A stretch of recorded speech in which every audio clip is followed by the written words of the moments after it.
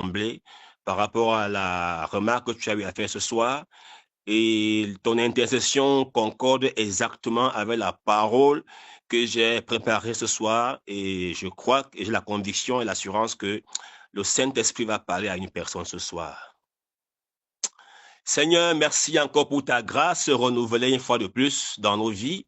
Si nous sommes réunis, Seigneur, sur cette plateforme de prière ce soir, ce n'est pas par notre propre force, oh mon Dieu, mon roi, ce n'est pas un hasard, mais c'est pas un rendez-vous divin.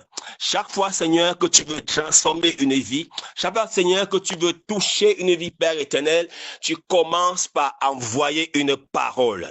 Ta parole n'est pas un son, ta parole est une semence. Ta parole n'est pas une information, mais plutôt un système de transformation. Père, je prie, oh mon Dieu, mon roi, que ce moment, oh mon Dieu, mon roi, soit un moment consacré à toi, d'un qu'à toi seul. Seigneur, que la chair qui est en moi se taise et que seul ton esprit parle au travers de moi. Seigneur, où est ta parole? Seigneur, où est ma bouche? Seigneur, laisse que les cœurs soient disposés à recevoir, oh mon Dieu, mon roi, cette semence qui change un système de pensée et qui amène à la repentance. Seigneur, merci encore pour ce message ce soir, oh mon Dieu, mon roi, qui sera non seulement écouté, mais qui sera aussi vécu dans la vie même de tes enfants.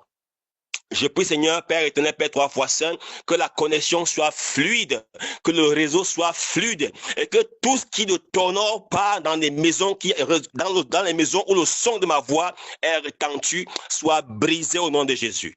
Merci encore pour ta grâce. Tu es béni en ce lieu, tu es béni dans nos vies, au nom puissant et souverain du Seigneur Jésus-Christ. Amen, amen et amen. Amen. Amen. Amen. Bien-aimé, si tu as ta Bible, gloire à Dieu, tu vas ouvrir ta Bible dans le passage de 2 Samuel, chapitre 11. Nous allons lire les 15 premiers versets.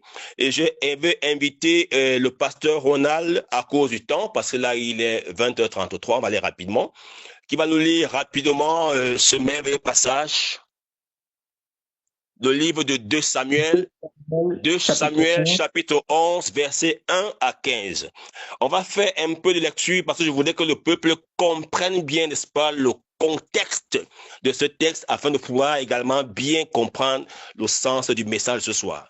2 Samuel 11, 1 à 15.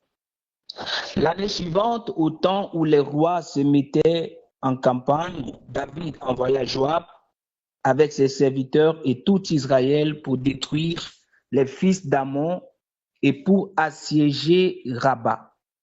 Mais David resta à Jérusalem. Un soir, David se leva de sa couche et comme il se promenait sur le toit de la maison royale, il aperçut de là une femme qui se baignait et qui était très belle de figure. David fit demander qui était cette femme et on lui dit, n'est-ce pas Bathsheba, fille d'Eliam, femme d'Uri, le Héthien. Et David envoya des gens pour la chercher. Elle vint vers lui et il coucha avec elle. Après s'être purifiée de sa souillure, elle retourna dans sa maison. Cette femme devint enceinte et elle fit dire à David, je suis enceinte. Alors David expédia cet ordre à Joab, envoie-moi Uri plutôt, le Héthien. Et Joab envoya Uri à David. Uri se rendit auprès de David, qui l'interrogea sur l'état de Joab, sur l'état du peuple et sur l'état de la guerre. Puis David descend dans ta maison et lave tes pieds. Uri sortit de la maison royale et il fut suivi des présents du roi. Mais Uri se coucha à la porte de la maison royale avec tous les serviteurs de son maître et il ne descendit point dans sa maison. On en informa David et on lui dit, Uri n'est pas descendu dans sa maison. Et David dit à Uri, n'arrives-tu pas de voyage? Pourquoi n'es-tu pas descendu dans ta maison? Uri répondit à David, l'arche et Israël et Juda habitent sous des tentes. mon seigneur Joab et les serviteurs de mon seigneur campent en rase campagne, et moi, j'entrerai dans ma maison pour manger et boire et pour coucher avec ma femme. Aussi vrai que tu es vivant et que ton âme est vivante, je ne ferai point cela. David dit à Uri, reste ici encore aujourd'hui et demain, je te renverrai. Et Uri resta à Jérusalem ce jour-là et le lendemain. David l'invita à manger et à boire en sa présence et il l'énivra. Et le soir, Uri sortit pour se mettre sur sa couche avec les serviteurs de son maître, mais il ne descendit point dans sa maison. Le lendemain matin, David écrivit une lettre à Joab. Il l'envoya par la main d'Uri. Verset 15 enfin. Il écrivit dans cette lettre, placez Uri au plus fort du combat et retirez-vous de lui, afin qu'il soit frappé et qu'il meure.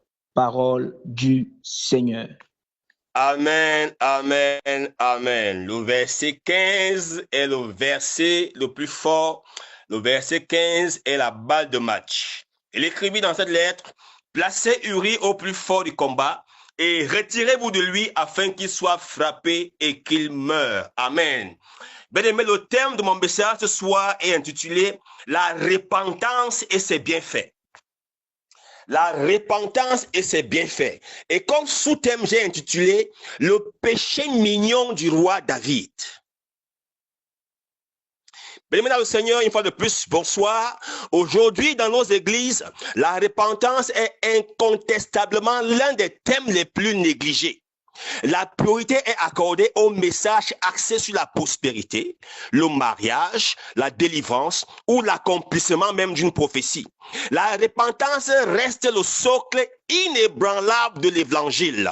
Je répète, sachez une chose, servants de Dieu, hommes de Dieu et tous ceux qui m'écoutent ce soir, la repentance reste le socle inébranlable de l'évangile. Mais beaucoup d'hommes de Dieu ont aujourd'hui privilégié la quête des bénédictions matériel au détriment du salut et de la sanctification. Dans ce texte que nous venons de lire, dans le livre de 2 Samuel, chapitre 11, les 15 premiers versets, nous avons 3 personnages. 1, le roi David. 2, le soldat Uri. Et 3, la femme d'Uri qui s'appelle Bathsheba. Nous avons l'immense honneur de voir un homme loyal au service de son roi et même de son Dieu. Il s'appelle Uri.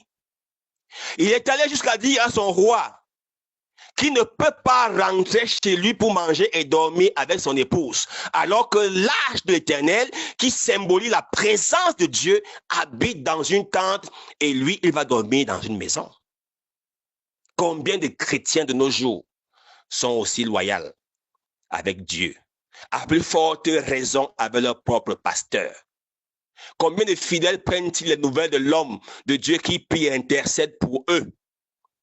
Tu roules en carrosse, mais ton pasteur marche à pied. Chez toi, on mange jusqu'à jeter dans les poubelles, mais ton pasteur qui jeûne, prie et intercède pour toi, n'a pas à manger avec sa famille. Bien-aimé, aucun péché ne peut échapper au regard de Dieu.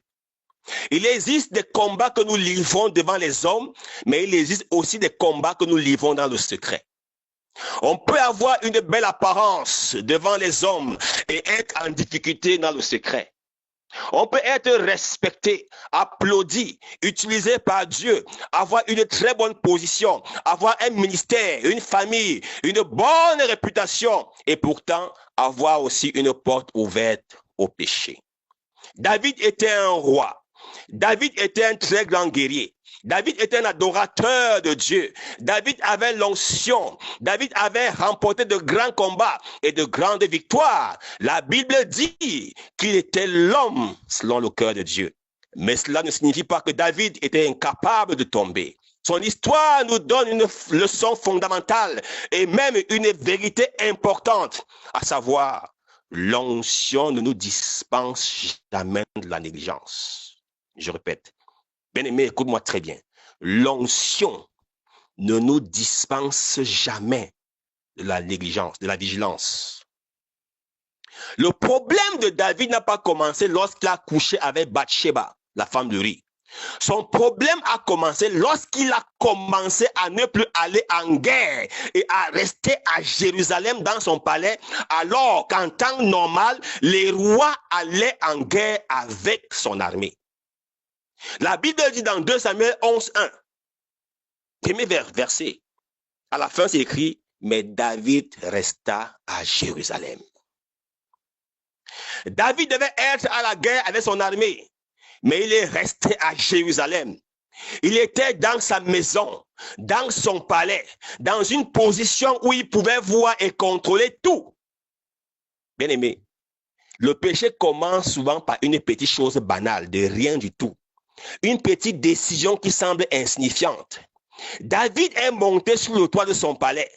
Il voit une femme, il la regarde, il se renseigne, il envoie chercher la femme, puis il prie la femme. Le péché possède souvent plusieurs étapes. 1. Voir. 2. Désirer. 3. Méditer. 4. Décider. 5. Agir. Et enfin 6. Cacher. Ce qui était au départ un regard devient une catastrophe, non seulement pour sa famille, mais aussi pour sa nation. Je vais ouvrir une parenthèse. Parfois, je me pose la question, les hommes de Dieu qui m'écoutent dans ce forum, parfois, je me pose la question, et j'ai fait encore les recherches dessus, Je me pose la question, et je suis en train de chercher dans les encyclopédies pour savoir, est-ce que la femme d'Uri savait que le toit du roi donnait juste là où elle prenait d'habitude son bain? Est-ce que la femme d'Uri faisait exprès de se laver exactement au moment où le roi va venir prendre l'air sur son balcon? Pourquoi la femme d'Uri n'a pas dit à son mari de changer la position des toilettes parce que ça donnait net en face de la fenêtre du roi? Vous les femmes, j'ai peur de vous. Je ferme la parenthèse. Bien aimé, il faut apprendre à fuir certaines situations avant que la tentation ne devienne trop forte. La Bible nous dit, ainsi donc, que celui qui croit être debout prenne garde de tomber. Amen. Ne dis jamais, moi je suis fort. Ne dis jamais, je ne vais jamais tomber. Ne dis jamais, je ne vais jamais faillir. Mon frère, ma soeur, il faut plutôt dire, Seigneur, garde-moi. Seigneur, éloigne-moi. David a laissé le désir prendre la place de la parole de Dieu. Après renseignement, David savait que cette femme était mariée. David savait que cette femme appartenait à quelqu'un d'autre. David savait que cette femme habitait dans la maison d'un homme. Mais le désir a commencé à étouffer sa conscience. Et c'est alors ça, le danger du péché.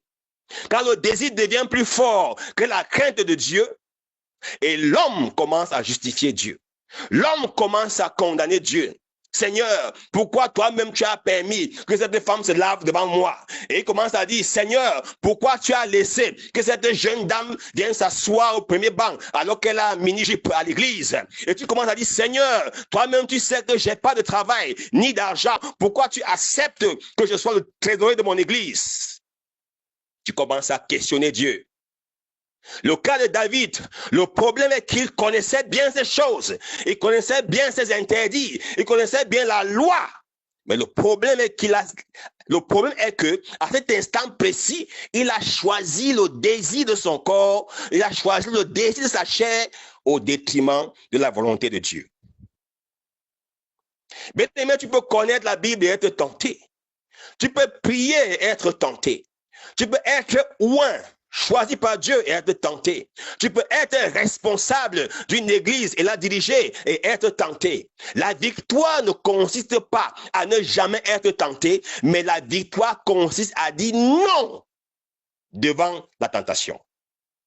Un péché caché produit toujours un autre péché. J'ai pour habitude de dire, lorsque tu convoites par exemple une femme, lorsque un homme convoite une femme, l'esprit de convoitise va entrer en toi.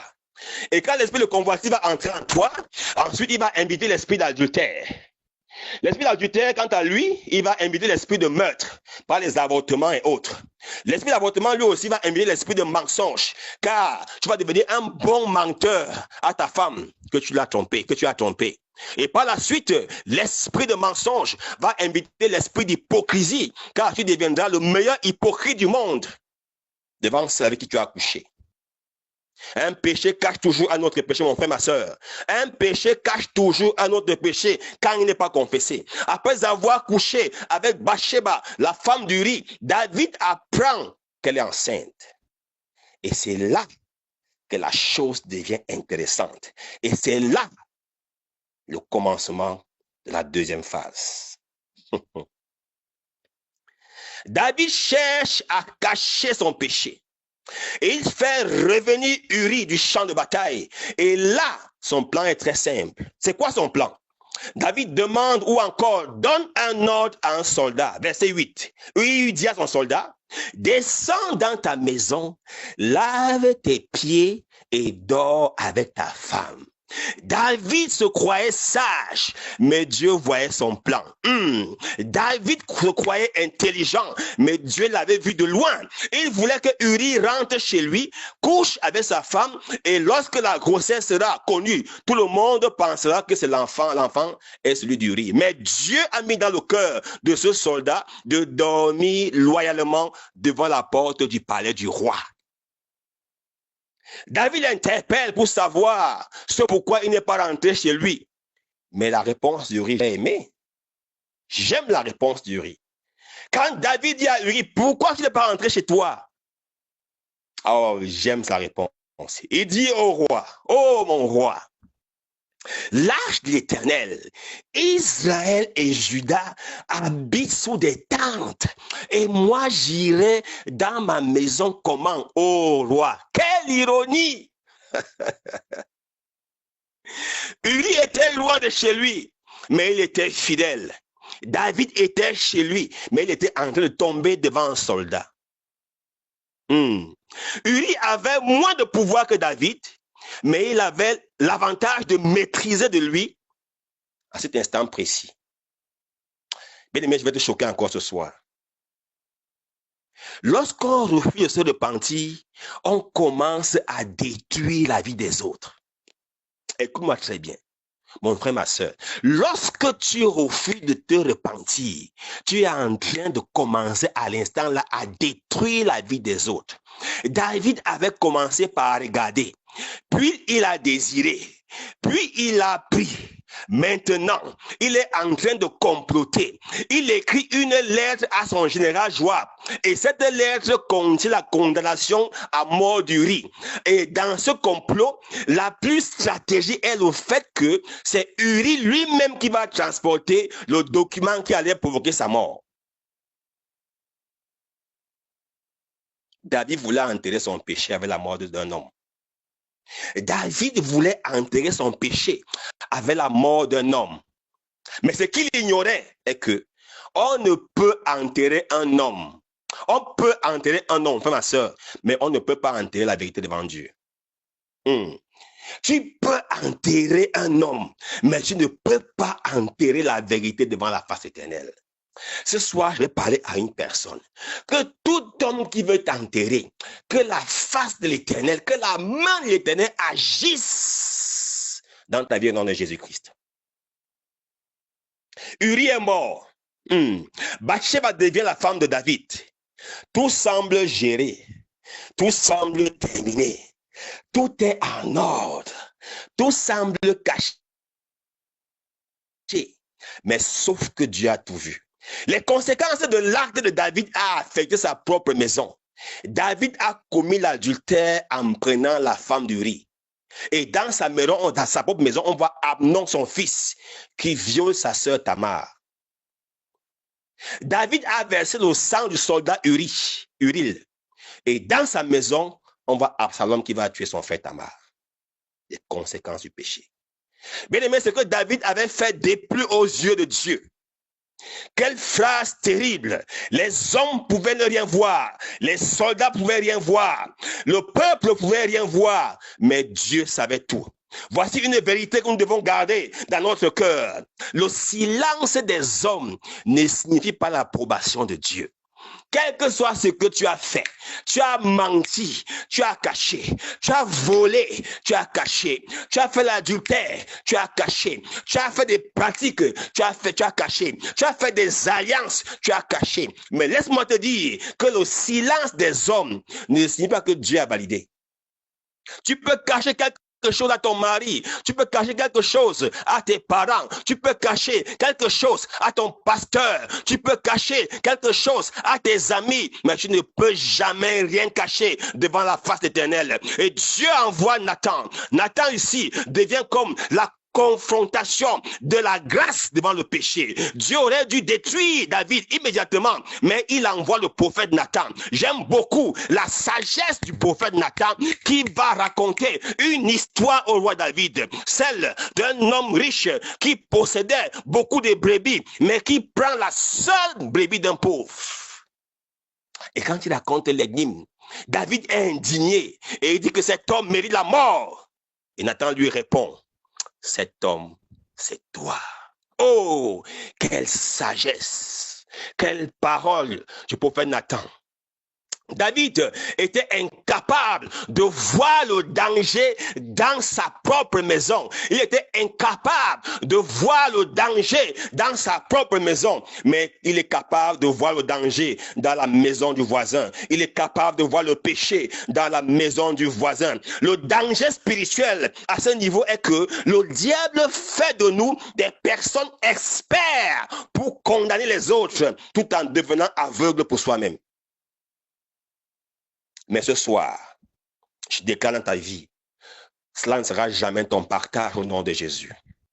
Amen. Tu ne seras jamais un instrument du diable pour détruire ta propre maison au nom de Jésus. Tu ne seras jamais un instrument du diable pour détruire ta propre famille au nom de Jésus. Donne-moi un amen que je te parle encore ce soir. Amen.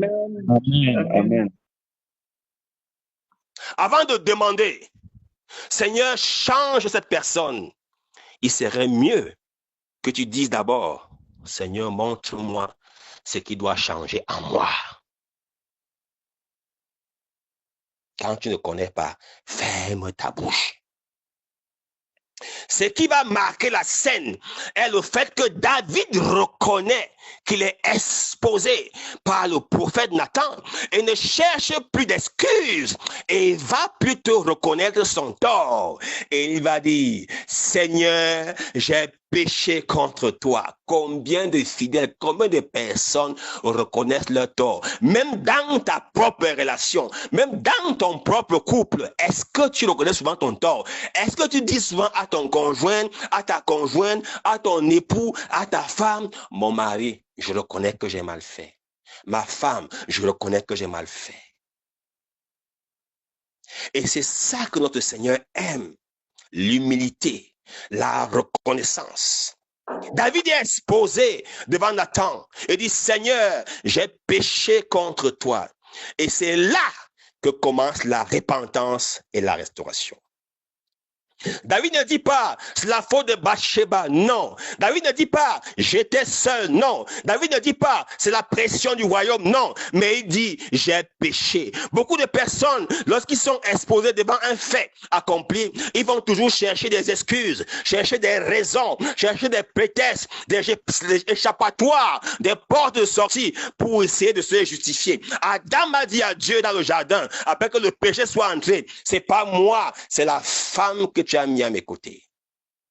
Mais la repentance commence lorsque nous cessons de justifier notre péché. La repentance commence lorsque le péché peut être pardonné, mais il peut laisser des conséquences. Il faut comprendre quelque chose de très important. Dieu a pardonné David, mais les conséquences de son acte ont été douloureuses. Et Dieu annonce une sentence, que l'épée ne s'éloignera pas de sa maison. Cela nous enseigne que le pardon de Dieu ne signifie pas toujours l'absence de conséquences. Dieu peut pardonner une dette spirituelle, mais certaines conséquences de nos décisions peuvent demeurer. Voilà pourquoi il vaut mieux éviter la chute que de passer toute sa vie à réparer les dégâts de la chute.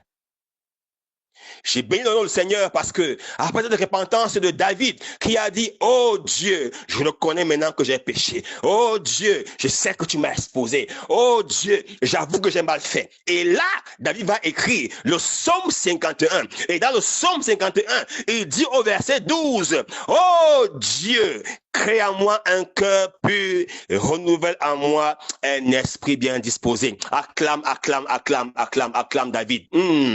Oh Dieu, crée en moi un cœur pur, renouvelle en moi un esprit disposé. Je décrète ce soir, dans la vie d'une personne, aussi longtemps que tu reconnaîtras tes erreurs, aussi longtemps que tu vas confesser Jésus-Christ, aussi longtemps que tu vas avouer tes fautes, tes transgressions, tes péchés, le Seigneur va créer en toi un cœur pur. Le Seigneur va renouveler en toi un esprit disposé à sa parole. Que cela soit ton partage au nom puissant et souverain du Seigneur Jésus-Christ. Amen. Amen. Remarquons une chose. David ne demande pas seulement, Seigneur, enlève les conséquences. Il ne demande pas, Seigneur, enlève les causes. Il ne dit pas, Seigneur, change mon cœur. Et c'est ça la vraie repentance. La vraie repentance ne consiste pas seulement à pleurer parce qu'on a été découvert, mais elle consiste à désirer devenir quelqu'un de différent, quelqu'un de bien. Le Nouveau Testament dit une créature neuve, un récipient neuf, un tabernacle neuf pour le Saint-Esprit. Alléluia. Alors, quelles sont les 5 leçons que nous devons retenir dans cet enseignement ce soir? On doit retenir 5 leçons. 1. Ne joue jamais avec la tentation. Ce que tu regardes constamment peut devenir et peut finir par construire ton cœur. Arrête de regarder la pornographie. Arrête de mentir. Arrête de boire l'alcool. Arrête de fumer en cachette. Il y a des chrétiens qui se cachent pour fumer, qui se cachent pour boire l'alcool. Il y a des chrétiens qui passent le temps à tromper les femmes et qui dorment dans les hôtels, dans les auberges. Arrête cette vie. Il y a des chrétiens à l'église qui sont anciens de l'église, mais le week-end, ils sont dans leur village pour les alliances, pour la tradition, pour la coutume. Amen. On ne sert pas de Dieu. Tu ne peux pas être en même temps chaud, en même temps froid. Deuxième chose, ne cherche jamais à couvrir un péché. Plus tu le caches, plus tu risques d'ajouter d'autres péchés pour mieux protéger le premier. Quand tu as péché, ne cache pas. Quand tu as péché, expose et répands-toi. Troisième chose, accepte la correction. Nathan n'était pas l'ennemi de David. Le prophète Nathan n'était pas l'ennemi de David, mais il était l'instrument que Dieu utilisait pour ramener son fils David auprès de lui. Quatrième chose, la repentance est toujours possible avec Dieu. Même après une grande chute, Dieu peut restaurer celui qui revient sincèrement auprès de lui. Et enfin, 5e point, protège ton cœur. Mon frère, ma soeur, le cœur est le siège où les désirs charnels et même spirituels vont loger. Protège ton cœur, mon frère, ma soeur. Et les yeux sont les fenêtres du cœur. Proverbe nous dit que nous devons garder notre cœur plus que toute autre chose, car de lui viennent les sources de la vie. Ce soir, je voudrais interpeller une personne. Ce soir, je voudrais supplier une personne. Peut-être que personne ne connaît ton combat. Tout le monde te voit sourire. Tout le monde pense que tout va bien. Mais toi, tu sais ce que tu caches. Mais toi, tu sais ce que tu vis. Tu caches une relation. Tu caches une addiction. Tu caches une mauvaise vie. Tu caches une sale habitude. Tu caches une double vie. Tu as en toi la haine, la rancune, le mensonge, les avortements. Tu as un pacte dans une loge. Tu caches de mauvaises alliances machiavéliques.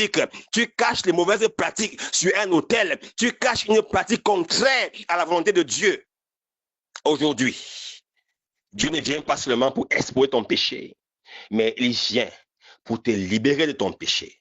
Ne cherche pas à faire comme David au début. Ne cherche pas à cacher, mais plutôt fais comme David après la confrontation. Il a dit, Seigneur, j'ai péché. Je préfère que tu pleures ce soir devant Dieu au lieu de pleurer demain devant les conséquences. Je vais conclure mon message. Ce soir, bien aimé, j'ai parlé à une personne. David voulait entrer dans la gloire avec le péché. David voulait enterrer son péché avec la mort d'Uri. Mais Dieu a envoyé un prophète Nathan pour remonter la vérité à la surface. Pourquoi? Parce que Dieu ne révèle pas toujours nos ténèbres pour nous détruire, mais il les révèle pour nous guérir. Le Dieu qui a confronté David est aussi le Dieu qui l'a restauré. Le Dieu qui a vu sa chute est aussi le Dieu qui a entendu sa repentance et qui l'a pardonné et qui a nettoyé, qui a oublié. Alors ce soir, bien-aimé, ne cache plus, ne justifie plus, ne minimise plus, ne reporte plus à demain. Répands-toi, reviens à Dieu. Ferme les portes qui donnent accès au péché. Demande au Saint-Esprit de restaurer ton cœur, car aucun trône n'est aussi haut pour échapper au regard de Dieu. Aucune maison n'est aussi fermée pour empêcher Dieu de voir. Aucune nuit n'est assez sombre pour empêcher Dieu de connaître la vérité. Quel que soit ton degré de chute, quel que soit ton degré de chute dans le péché, quelle que soit ta profondeur dans les transgressions des lois éternelles, sache que la grâce de Dieu est capable de te restaurer et de te repositionner à ta juste valeur. Que Dieu bénisse sa parole. Ouvre ton micro et prions. Amen. Bien-aimé, ouvre ton micro encore ce soir et commence à dire merci à Dieu pour sa parole. Dis merci à Dieu pour ce moment. Dis message. Dis merci à Dieu. Parce que ce soir, désormais, tu seras une nouvelle créature. Élève ta voix et dis merci à Dieu. Dis merci au Seigneur pour ce moment divin. Dis merci à Dieu. Élève ta voix. Prie, prie, prie, prie, prie.